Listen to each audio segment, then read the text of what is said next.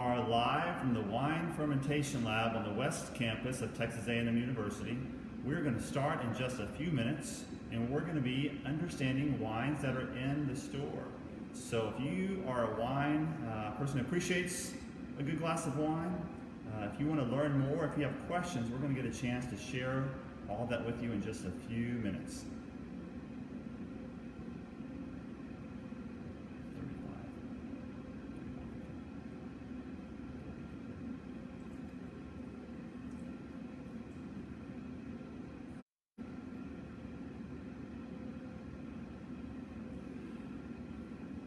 For those of you just joining, we are on the campus of Texas A&M at a wine fermentation lab in the Horticulture Forestry Sciences building. If you are just joining us, let us know what city, state you are joining from. We want to see who is with us on this Facebook Live session. We'll start in about 2 more minutes. Suzanne from Katy, Texas is here. She's with the Fort Bend Master Gardener Association. Lubbock is chiming in with us as well.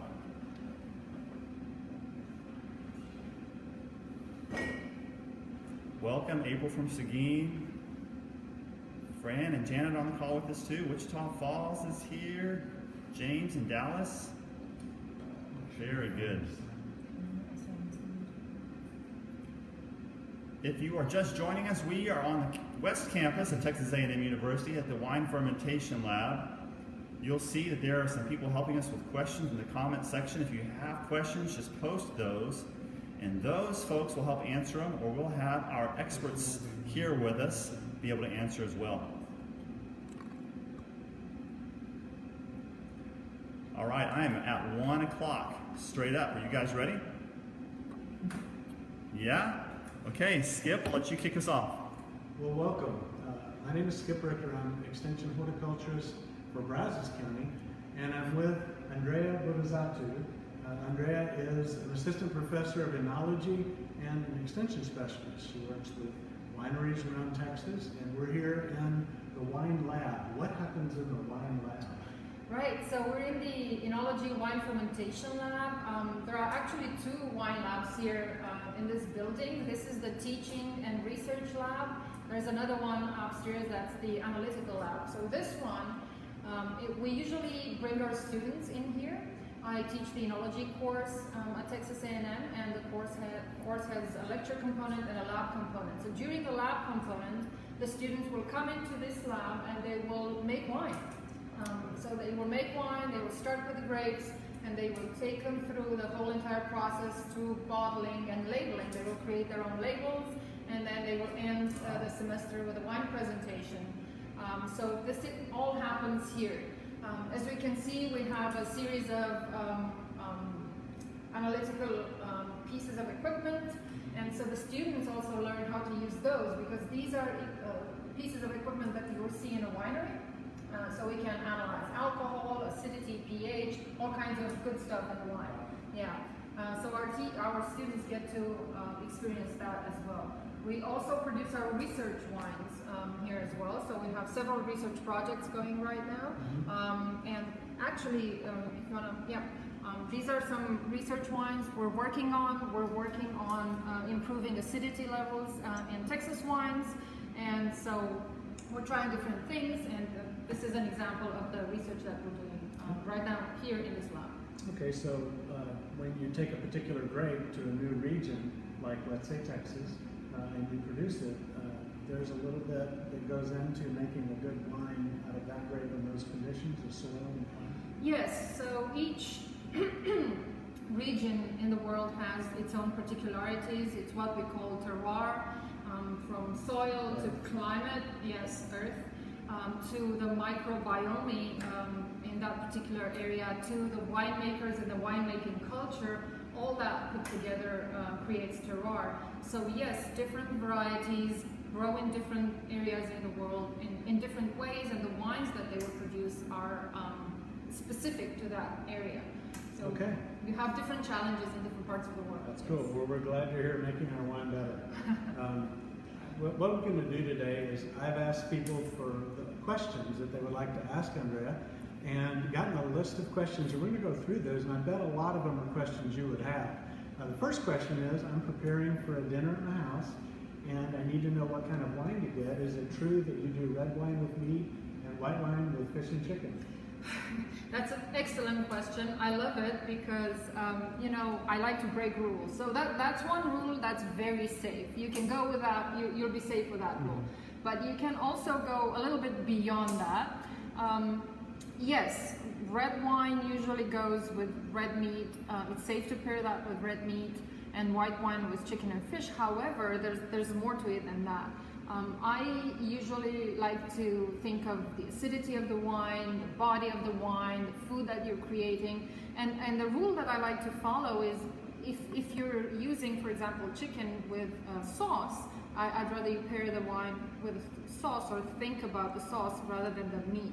Okay. So a chicken with a tomato-based sauce with lots of garlic in it will pair well with a light red that has good acidity to balance that acidity in the sauce and the tomatoes there. At the same time, if you have a pork tenderloin, for example, with creamy mushroom sauce, you might go with a big bowl Chardonnay that matches the creaminess of the sauce, not necessarily the protein that you're using. So, but again, it's up to you, and there's an art to pairing food with wine as well. There are complementary pairings, and then there are congruent pairings. So if you think about colors, we have complementary colors that are on the opposite spectrum of the color wheel. So they kind of fight with each other, but they also bring each other up if you put them together. And then you have congruent colors, they're close to each other in the color wheel. Similarly, we have congruent tastes in wine and food. So if you think about fattiness, you might go complementary and try to cut into the fattiness with a high acidity wine, or you can try to go congruent and bring out the fattiness with a bold, creamy wine that kind of enhances the fattiness. So there's room to play when you pair wine and food. There's not a hard set rule. Generally speaking, you want your wine to be slightly more acidic than your food. You want your wine to be slightly sweeter than the food. Okay. And generally speaking, again, big, bold reds match well with fatty meats because of tannins. And maybe we can talk about tannins a little bit later too. But there's a scientific reason why that happens. This is fascinating. Are you willing to give your personal cell phone so that if any of our listeners get in a bind before they're making the special meal that the family's coming over? Well, I don't know about my phone, but my email address for sure is absolutely. So one of our viewers, Fran, just said that wine actually makes her food better as well. Oh, absolutely, yes, because it can enhance the taste of your food, it can enhance the texture of your food, as is the case with tannins and fattiness. Tannins are chemical compounds. We find them mostly in red wines, and they cause astringency. So if you've ever had a big bold red and you've tasted it, there's this sensation of dryness and roughness and puckering. That's astringency. That is not a taste, that is actual sensation. Why does it happen? It happens because these tannins, these chemical compounds we have in wines, bind with the proteins in our saliva. They bind with them, they stick together to the protein, and they drop out of solution, out of the saliva solution. So then the saliva doesn't lubricate our tongue anymore. And we get that rough sensation because of that. Now if you have a fatty, protein-rich meats that you pair with those tannins, then those tannins are going to bind to the proteins in that meat and the fat. And so you won't get that roughness anymore, and it will balance the fattiness of the food and the protein in the meat as well. Wow, that is great. So with so many wines out there, one of our questions came in, what are some basic wine types or varieties that if someone was wanting to get into wine, what's a good entry point? What are some things you would suggest starting with? Right, this is a bit tricky. I think everybody should do a little bit of homework here, but I think it's safe to start with the noble grapes, noble varieties, and those are vinifera varieties that everybody knows. We're talking about Cabernet Sauvignon, Merlot, Riesling, Chardonnay, Sauvignon Blanc. So these are very well-known varieties. Okay. And there are regions in the world that do really well at certain varieties. So for example, we were talking earlier about Shiraz. Shiraz from Australia, 99% of the time is going to be really good. So if you're into big red fruity wines, Shiraz from Australia is a good starting point. Same with Cabernet Sauvignon from California, it's a safe bet. Same with Malbec from Argentina. So certain wines do really well in certain areas of the world. So do a little bit of homework, see what's what, and start there. Figure out if you like dry or sweet. Usually people tend to migrate towards sweet wine when they just start tasting wines and working with. Yes. And you have to work from that. We And- were joking earlier about someone in my family that loves wine that is so sweet that, you know. Right. A lot of people like sweet wines, and that's okay. If you're just starting to appreciate wine, start with sweet wines, and then gradually work your way towards the drier styles as well. In Texas, however, there are varieties that do really, really well here locally. So if you're a bit on the adventurous side, which I highly recommend that you try, go with a lesser known varietal. So for example, Alianico, it's a big red, does really well in Texas. Sagrantino, another big red, does really well in Texas. Dolcetto is a lighter red, does really well in Texas. Alianico. Alianico, yes. We have Albarino, which is a very light, white, very aromatic. So if you like Sauvignon Blanc, you probably will like Albarino. That's great in Texas. Okay. A very good option. One of our questions was, why do red wines need to breathe? You open them up and you let them sit for a while before you drink them, whereas with whites, that doesn't seem to be the case. Yes, again, this is a general statement with nuances, but let's talk about red wines. Why do they need to breathe? And we're going back to tannins again, mostly. So there are two things that happen when you open up a bottle of wine.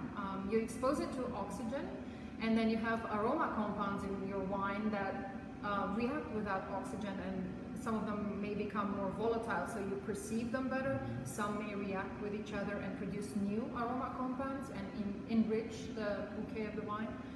But the most important thing is the tannins. So if you have a red wine, most likely it will have tannins in it. Most red wines do have a bit of tannins in them.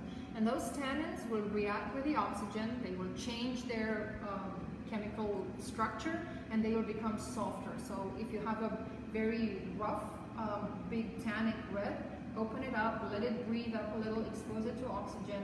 Those tannins will soften, they will round up, and it's just going to be a more pleasant experience. How long are we talking about? Yeah, we're talking about an hour or so, and also it's important that you use a decanter or some kind of aeration device. So just taking the cork off the bottle doesn't give it enough air. So imagine you take the cork off this bottle, right? You only have this area exposed to oxygen. Very low surface area of the wine. Yes, that's right. So you really want to expose it to oxygen. So pour it into a decanter or use those pouring devices that, they swirl around. and so the oxygen can get in. And So, about an hour. Under just pouring it into a glass and kind of swirling around the glass, does that physically allow it That to? helps too. That helps, but we really need some time for those chemical reactions to happen. Wow, So okay. you really want to leave it in a decanter for a bit. And one more thing before we move on to the next question. Some whites do well with decanting as well. For It's example? not just red. So for example, if you have a white that's bigger in volume, usually we're talking about Chardonnays. These could be barrel fermented or barrel aged. They have been through malolactic fermentation. They have some tannins in them.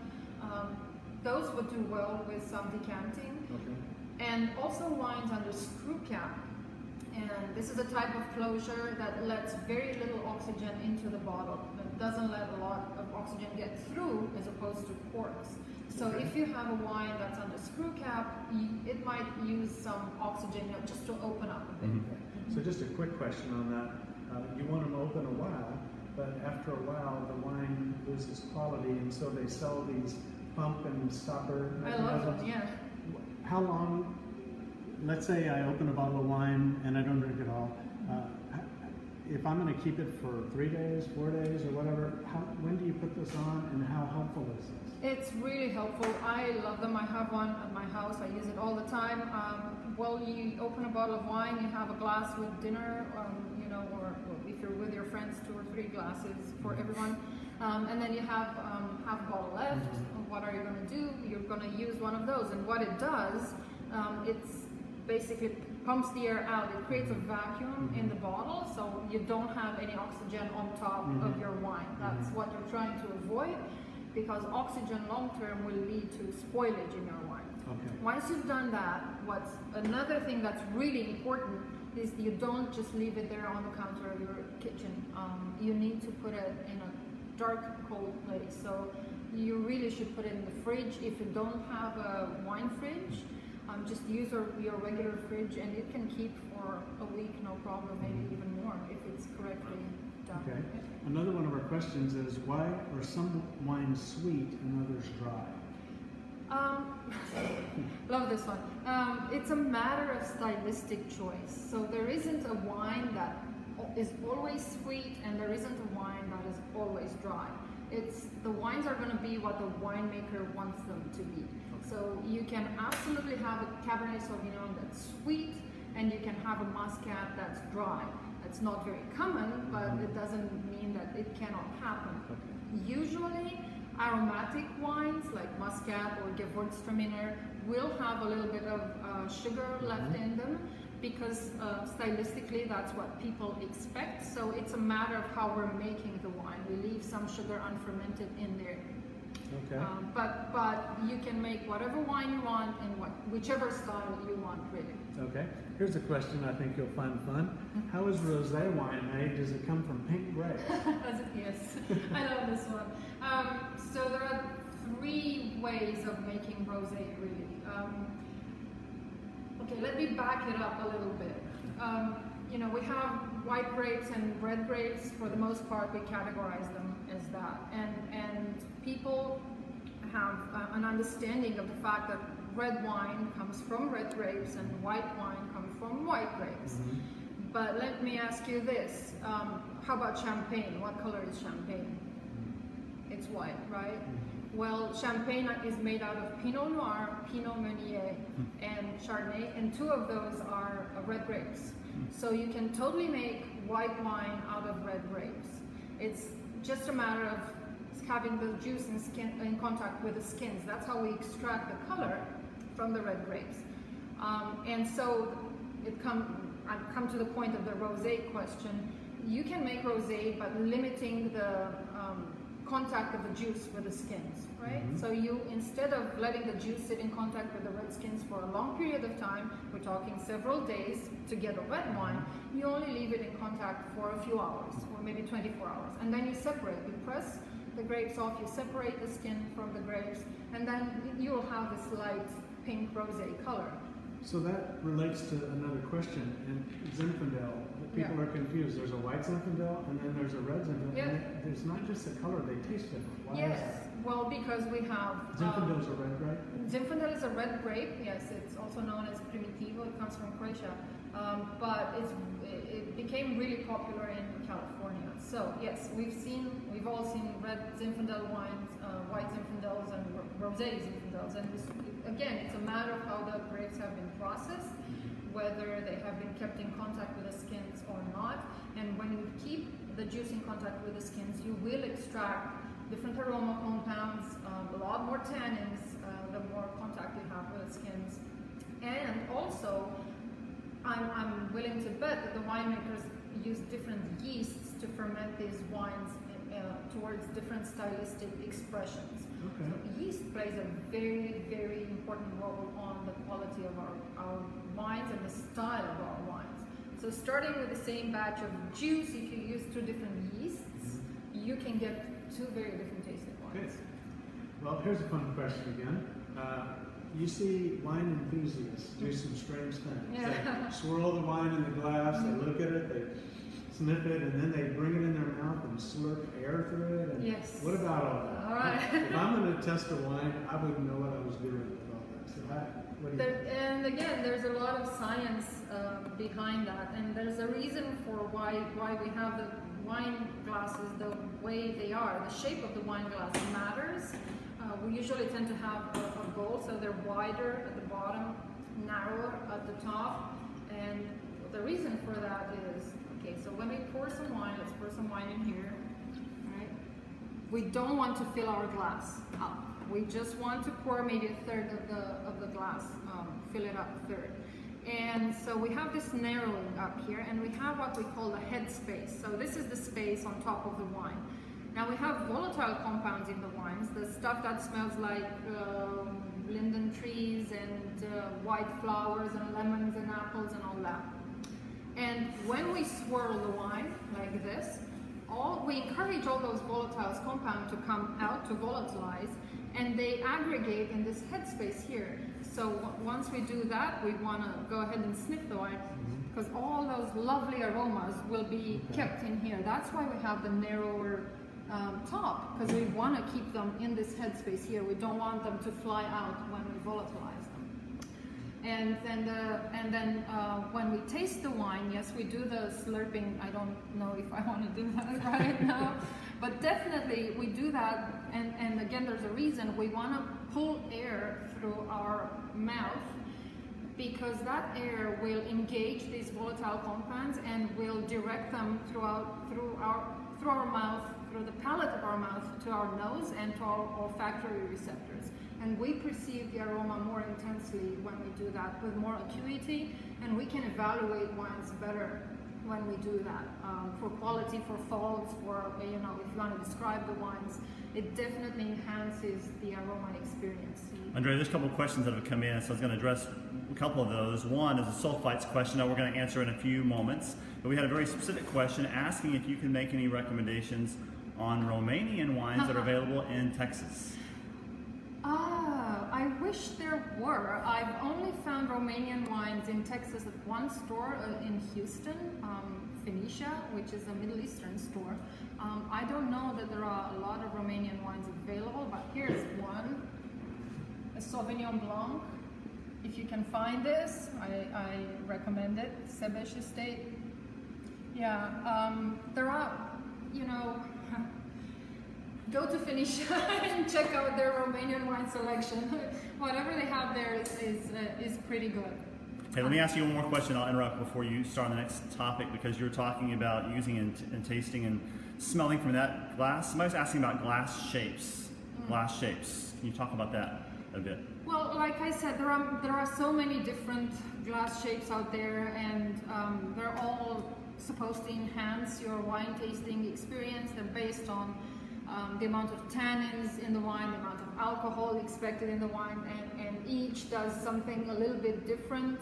The red wine glasses tend to be bigger and rounder. That's because the temperature, the serving temperature for red wines is usually higher. We drink them a little bit warmer, so it helps with warming up the wines in the glass, as well as collecting their aromas. It also exposes them to more oxygen if the bowl is bigger, and that helps with the tannins, right? We just talked about that. All the other shapes are variations based on varietal, on the particularities of those varietals. And then we have the sweet wine glasses for dessert wines. These tend to be smaller, again, a very narrow top. That's because we serve dessert wines in smaller amounts, in smaller volumes. You won't drink as much of a dessert wine as you would drink a table wine. So the glasses tend to be smaller as well. All right. Well, another question that came in is about sulfites. Yes. What are sulfites in all wines? And some people feel like they give them headaches. Right, that's a very good question, and a lot of people wonder about this. And I'm going to say you're going to have sulfites in probably 99% of the wines that you're ever going to see. And the reason for that is because sulfites are naturally produced. They are produced during fermentation by many of the yeasts that we use for fermenting wines.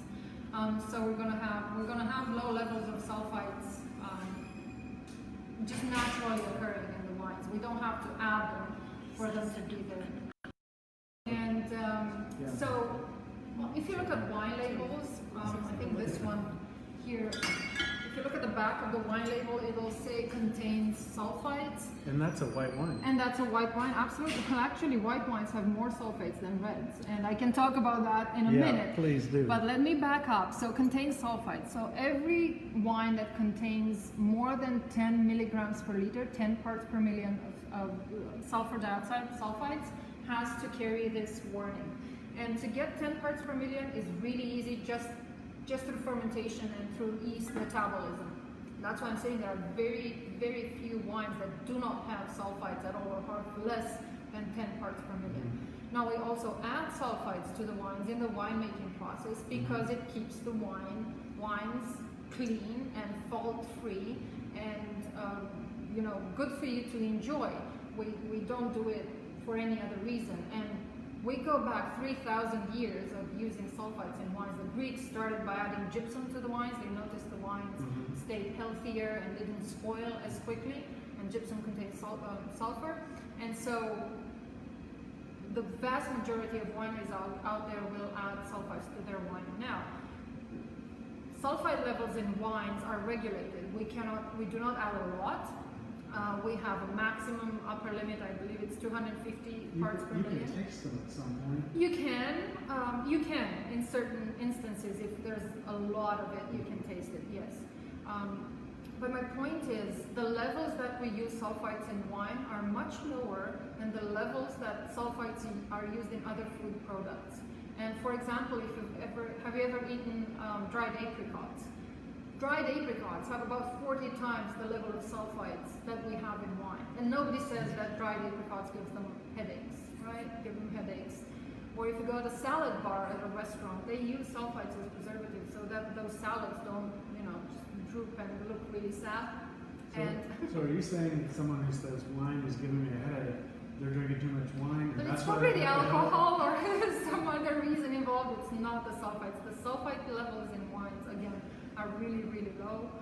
They're very well controlled, and they're much lower than the levels in other food products that you've probably had and never had any issues with. And yes, white wines tend to have higher level of sulfites than reds, and that's because sulfites protect from oxidation, and reds are naturally protected from oxidation by tannins. So we're going back to tannins, which also have an antioxidant. So we need to add less sulfite to reds than to whites. So I noticed that white wines are often in a clear bottle and red wines are often in a dark bottle.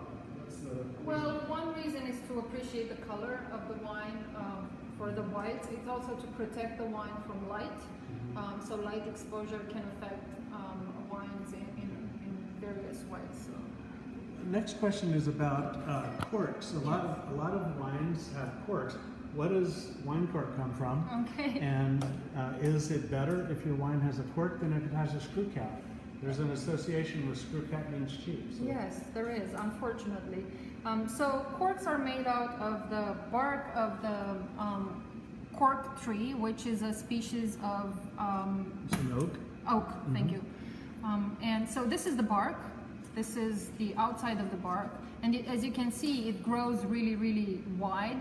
It takes a while for the bark to get to this width, so it can be processed, harvested and processed. The good thing about this type of tree, particular oak, is that once you've harvested the bark, it grows a new layer. Yes. So you don't have to kill the tree, you just harvest the bark and it keeps growing and growing and growing more. So this is how corks are made, basically. You take the bark off, you punch it, and you've got a cork.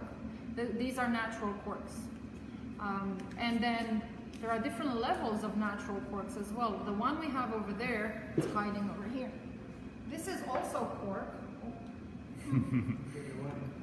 I don't know if you can zoom in really close to this one. This is natural, however, this is agglomerated cork. So if you can see the little bits and pieces there, these are cork that are made with what's left over from the processing of these. So all this is left over. So it would be a shame for it to go to waste. And what they do is they grind it up and they stick it together, they glue it together, and voila, you have a natural agglomerated cork. My point is there are levels of quality with natural cork as well. Now coming to the screw cap, this is a screw cap right here. Yes, there is a perception that wines under screw cap are cheaper or of lower quality, and that is completely unnecessary, and it's a misrepresentation, really. Screw caps are very safe. They have a great record of quality. They've been researched extensively. They've been engineered. There are many different types of screw caps, the layers that they have inside. They've researched all that. They're very, very safe to use, and they're very good for preserving wine quality as well. With that being said, wines under screw cap are better drank young, quickly, so the aging potential is somewhat reduced for the screw cap wines. So one of the reasons that a wine with a cork, you always see them sitting on their side, that's to help keep the cork moist. That's and correct. seal good? Yes, because cork can dry, and it does dry, and once it dries, it will shrink somewhat, and it'll let air in, and then you will get spoilage. Okay. So the screw cap is one step away from the cork, but what about the pouches in boxed wines? Oh, okay. Okay, you're ending the show with that one. We gotta keep going here. What can I say? I don't know what to say. Dr. B is speechless. The point of keeping oxygen away from the wine, so it does effectively do that, but as far as the quality, is there a correlation between quality and how it's, packaged to that extent? Somewhat. Okay. Somewhat, although it's starting to shift. We see a lot of canned wines, for example, and that's something new. And they can be pretty good, canned wines. It'll take a while to convince me. Yes, so it's a matter of perception mostly. So you're saying that some really nice wines can have screw caps? Absolutely. Okay. So, there's this thing when you go to a fine restaurant and buy a nice wine, and some people ask to smell the cork. If I ask to smell the screw cap, that's not gauche. That's not gauche at all. I'm just checking. All right. Well, boy, this is fun. I hope you guys are enjoying the wealth of information we're getting from Andrea on wine. I know a lot of these questions are yours. And by the way, Randy, if you have some others coming through, feel free to jump in with that. Let's talk about the rating system for wine. You see a 90 or an 88 or a 92 or a 94. What does that mean? Who rates them? And can you depend on that really to be believable in terms of what's good and what's not good? Good question. Short answer is yes, they are believable. Who rates them? It started with this guy, Robert Parker, who created this rating system. Actually, he came up with it. He's a wine connoisseur, wine... Sommelier? I don't think he's a sommelier. He's just a wine guy. Well, a person who knows a lot about wine, loves wines, and he came up with this rating system. And it's 0 to 100. Basically, anything that's about 80, 85 is a good, solid, quality wine. So above 80, you have different ratings, 80 to 85, 85 to 90, 90 to 100, and they're each slightly better than the previous, but generally speaking, anything above 85 should be a good quality wine. Anything above 95 is spectacular, is absolutely super top quality. I don't think I've ever seen a number lower than 80. Well, who would put a number lower? So you don't have to put the number unless it's advantageous to your marketing of the wine, right? So those who do not get ratings over 80, they will not post the rating at all. Well, we had another question come in. Somebody wants to make wine at home, and you go to certain stores or you order it online, boxes that contain all the ingredients, and you put them together, and there's instructions. How good of a wine can you make that way? And can you comment on that for people that want to try it? I think it's a really fun way to start. If you're thinking about making wine at home, it's easy, it's fun, it's safe, as long as you follow the instructions in the kit and take it step by step. What's really important also is sanitation. So every time you make wine at home, keep everything really clean. That's the most important piece of advice that I can give.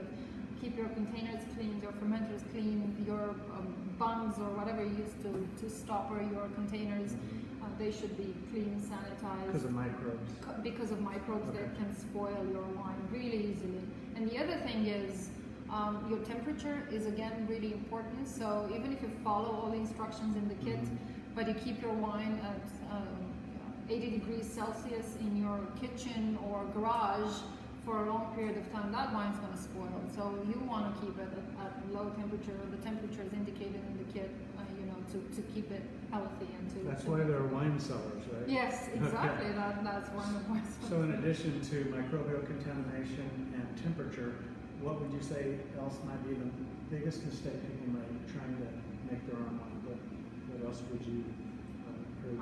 I don't think I think these are the main two. There's nothing else. If you follow the instructions, everything should go smoothly.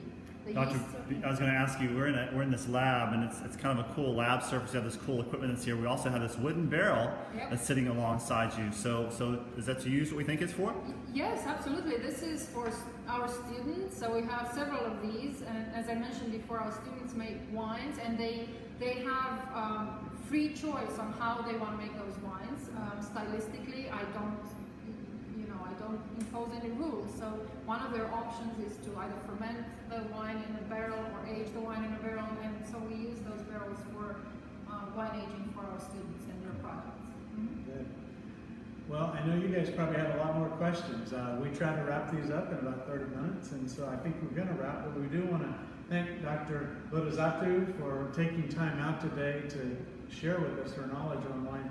And also there's a number of viticulture and enology specialists that have been helping answer questions during this.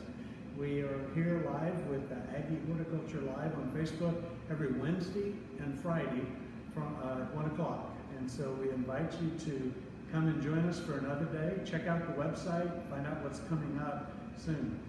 Andrea, thank you so much. Oh, you're very welcome. Hey, before we close, you guys, we have one last question we'll end with. Before I even take that one, I'll say that Dr. B in Texas Wine says, tell us about your YouTube channel, because there's specific questions that were asked throughout the session. Yes, thank you. Yes, so I created a YouTube channel where I post several types of videos. One of the series that I created is called Dr. B Talks Texas Wines. And in that series, I cover specifically varietals that grow really well in Texas and that have the potential to produce really, really good wines. They are lesser known varietals, so I do not focus on the wines that everybody knows about. I do not focus on the Cabersols and Rieslings and Chardonnays. You guys probably know about that. I focus on the more obscure ones that do exceptionally well here. So the series is called Dr. B Talks Texas Wines. I started in alphabetical order, so I started with Albarino, that was the first on the list, and Alianico, and I'm down to P right now. The last one I did was Picpoul. But if you want to learn about grapes that grow well in Texas and wines that are really, really good, made from grapes grown in Texas, check it out.